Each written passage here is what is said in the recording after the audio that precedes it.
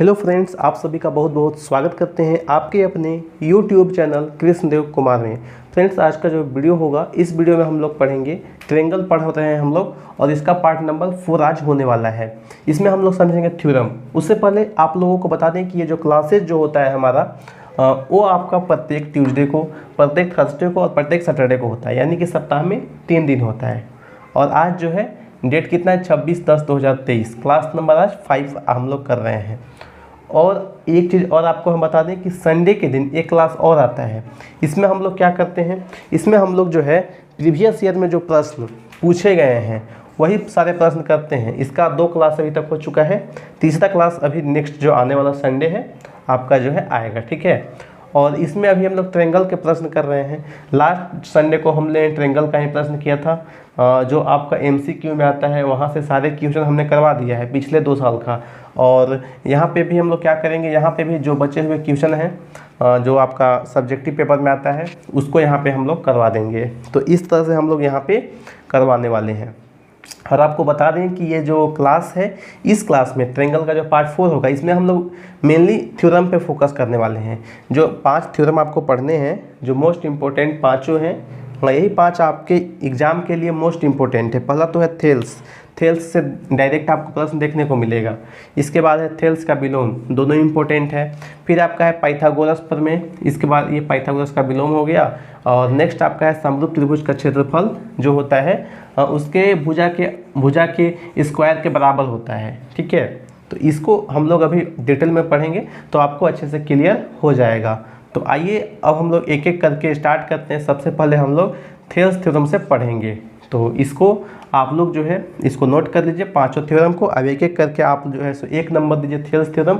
इसके बाद हम लोग जो है सो थेल्स थ्योरम को समझेंगे। और यहाँ पे आपको बता दें कि यहाँ पे जो भी थ्योरम का जो भी रिपोर्ट, मतलब कि इसमें जो रिजल्ट निकल के आता है, जो इसमें रिजल्ट आएगा वही हम इसमें डायरेक्ट आपको समझाने वाले हैं। इसका हम पूरा डेरिवेशन नहीं करने वाले हैं, ठीक है। तो आपको जो है ध्यान रखना है, यहाँ पे हम आपको जो है टारगेटेड चीज़ पढ़ा रहे हैं एग्जाम के लिए, और जो रिजल्ट होता है वो आपको हमेशा ध्यान रखना है। इसका डेरिवेशन अब जो है उतना एग्जाम के दृष्टिकोण से इम्पोर्टेंट नहीं रह गया है, लेकिन हाँ, अगर आप लोग डेरिवेशन देखना चाहते हैं तो उसके लिए आपको थोड़ा सा इंतजार करना होगा।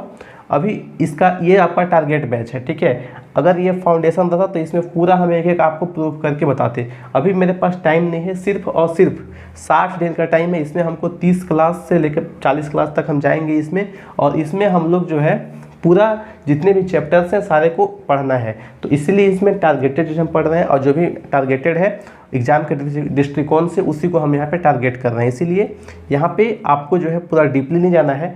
इसका डेरिवेशन के लिए आपको थोड़ा सा इंतजार करना होगा, ठीक है दोस्तों। तो आइए आगे बढ़ते हैं, देखते हैं हम लोग थेल्स प्रमेय को।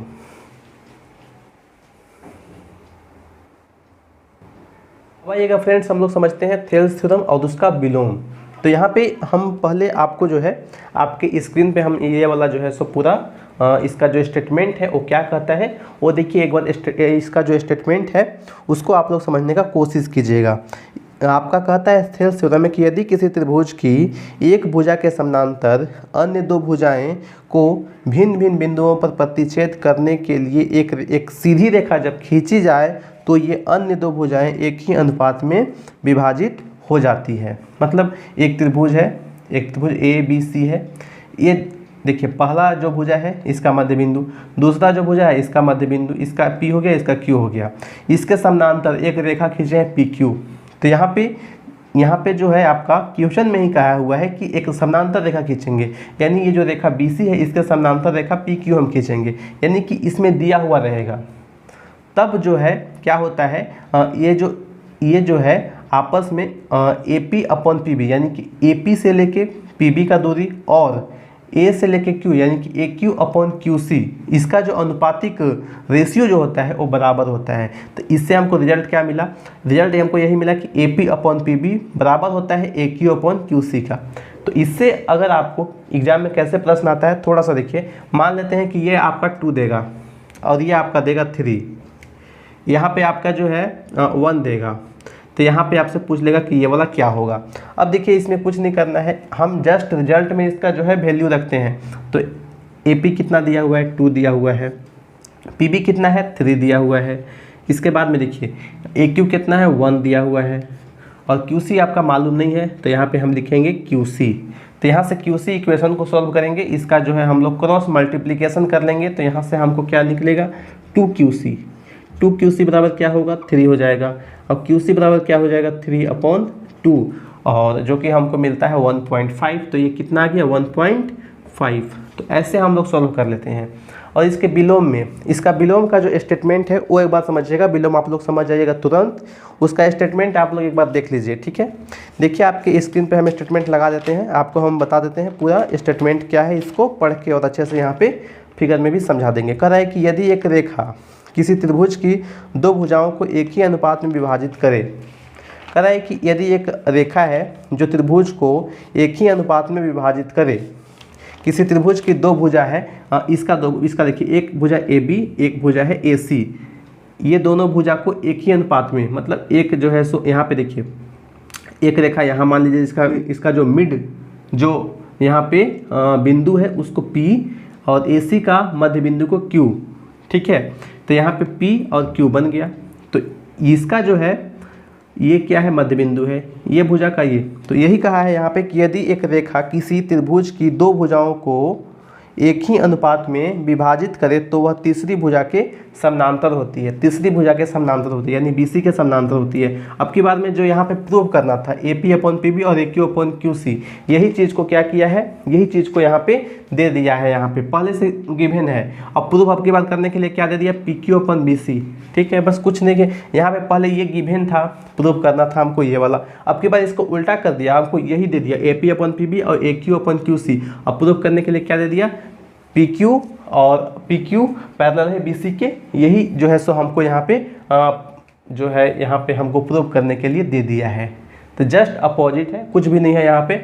दोनों थ्योरम का यूज करके क्वेश्चन एक ही प्रकार से सोल्व होता है। इसमें तरह तरह के क्वेश्चन बनते हैं, जो कि अभी क्वेश्चन आएगा पूरा 6.2 में बहुत सारे क्वेश्चन इस पे हैं। तो हम लोग वहाँ पे प्रैक्टिस करेंगे बहुत सारे क्वेश्चन को, तो अच्छे से समझेंगे। इसके बाद हम लोग पाइथागोरस थ्योरम समझ लेते हैं, पाइथागोरस का विलोम समझ लेते हैं, और एक एरिया वाला थ्योरम बहुत इंपॉर्टेंट है, उसको भी आपको अभी हम अच्छे से समझा देंगे।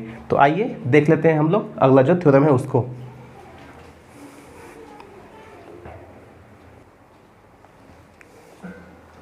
अब आइएगा दोस्तों, हम लोग समझ लेते हैं पाइथागोरस थ्योरम और उसका विलोम को। इसका स्टेटमेंट आपको हम एक बार सुना देते हैं पढ़ के। इसका स्टेटमेंट में क्या कहता है, स्टेटमेंट आपके स्क्रीन पे भी लग जाएगा, तो वहाँ से भी अच्छे से आप लोग देख सकते हैं। ध्यान से देखिए स्टेटमेंट क्या कहता है, ठीक है। 1 मिनट वीडियो चालू है कि देख लेते हैं।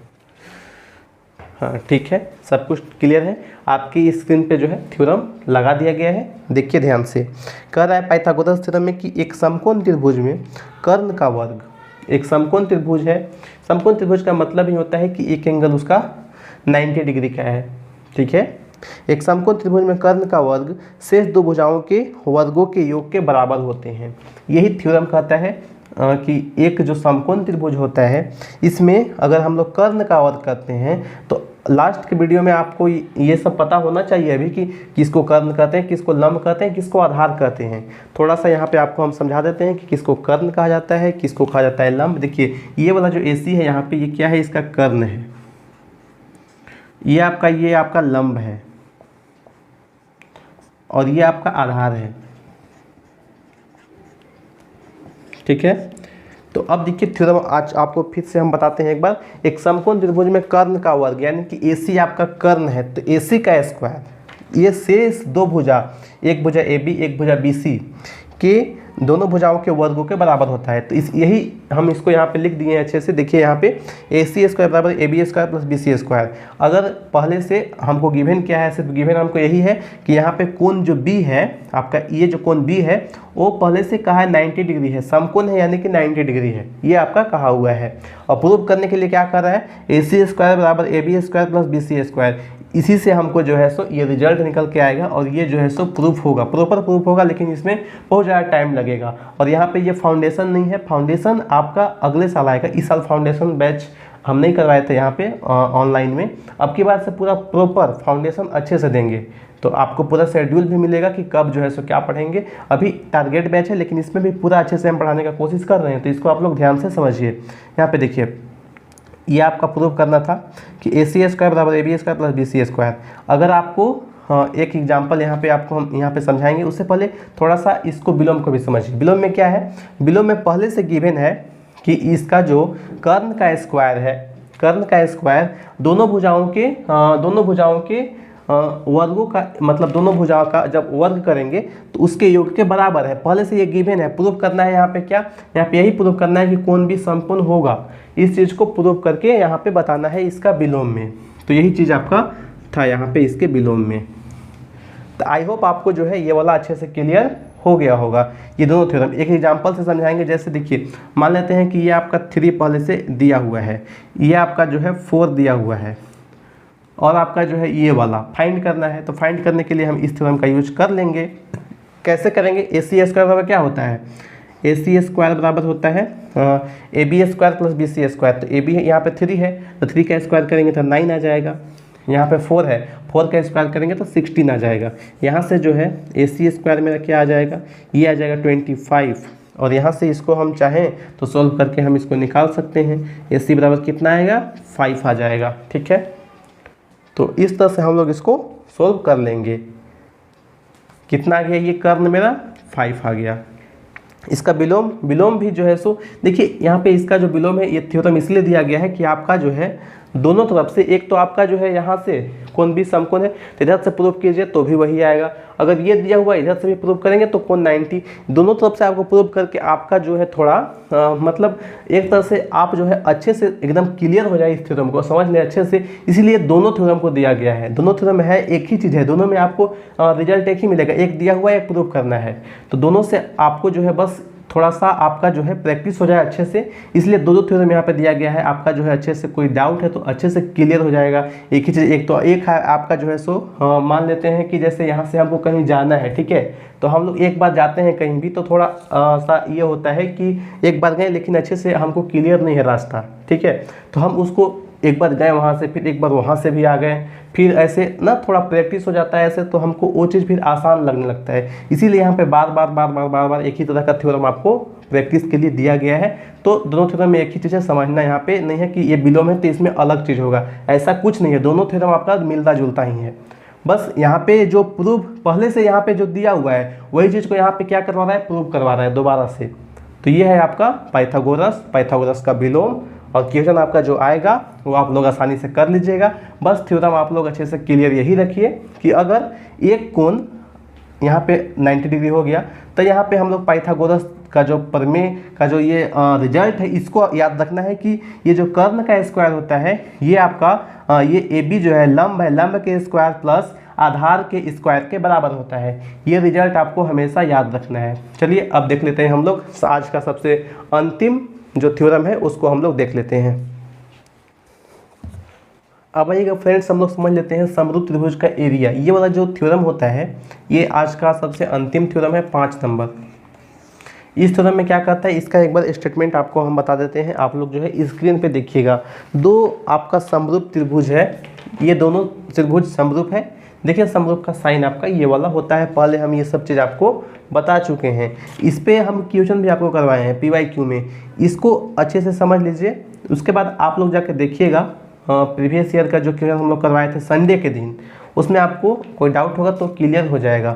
तो अच्छे से इसको देखिएगा। यदि दो समरूप त्रिभुज है, इसके क्षेत्रफल का अनुपात इनकी संगत भुजाओं के वर्गों के योग के बराबर होता है। इनका जो संगत भुजा है, इसका संगत भुजा क्या है, AB का PR है, इसका स्क्वायर करेंगे AB अपन PQ का स्क्वायर करेंगे ये वाला। फिर है जो है इसका BC का संगत क्या है, QR है, तो BC अपन QR इसका स्क्वायर करेंगे। AC और यहाँ पे PR, तो AC अपन PR इसका स्क्वायर करेंगे। तो इसका जो एरिया होता है त्रिभुज ABC का जो एरिया निकालेंगे ये वाला, और त्रिभुज PQR का जो एरिया निकलेगा, इसके ये सब आपस में क्या है, बराबर हैं। ये कहाँ से आया, तो ये आया आपका थ्योरम से, ठीक है। तो ये था आपका जो है थ्योरम आपका जो है यहाँ पे ये जो 5वां नंबर थ्योरम है, इसमें इससे जो रिजल्ट निकलेगा वो आपका यही रिजल्ट निकलेगा। इसमें दिया हुआ क्या है, पहले से यही दिया हुआ है कि दो त्रिभुज जो है आपस में समरूप हैं। ये सब चीज़ दिया हुआ है। आपको जो है यहाँ पे इस पे एक लंब डालना होगा, ये सब रचना करके, और आपको जो है प्रूफ करना होगा। तो प्रूफ यहाँ पे हम नहीं करवाए हैं कोई भी थ्योरम का, आपको डायरेक्टली हम सबका रिजल्ट बताए हैं। और कहाँ से क्या कुछ निकल के आता है वो आपको डायरेक्टली हम बता दिए हैं।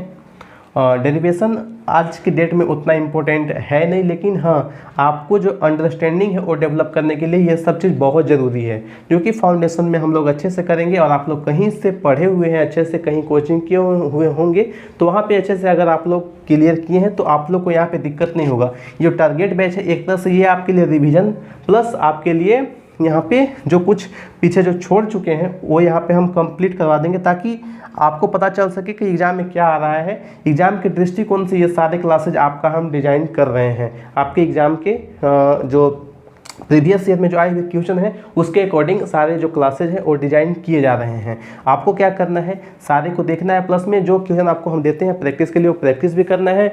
और आपको जो है जितना क्वेश्चन हम करवाते हैं उसी क्वेश्चन को दोबारा से 2 बार 3 बार जितना बार पॉसिबल हो उसको आप लोग कीजिए, ठीक है। ये काम आपको करना है। इसके बाद हम लोग जो है अभी कम से कम इस चैप्टर से आने वाले दिन में इस पे लगभग 4 क्लास और आएगा इसमें। तो इसमें हम क्या करेंगे, 4 क्लास में सिर्फ और सिर्फ हम क्वेश्चन करने वाले हैं। अब जितना भी पढ़ाना था, जो भी थ्योरी वाला जो पार्ट था वो ऑलमोस्ट समाप्त हो गया है। अब ज़्यादा हम लोग मेन फोकस हम लोग का जो होगा वो हम लोग का प्रैक्टिस पे होगा।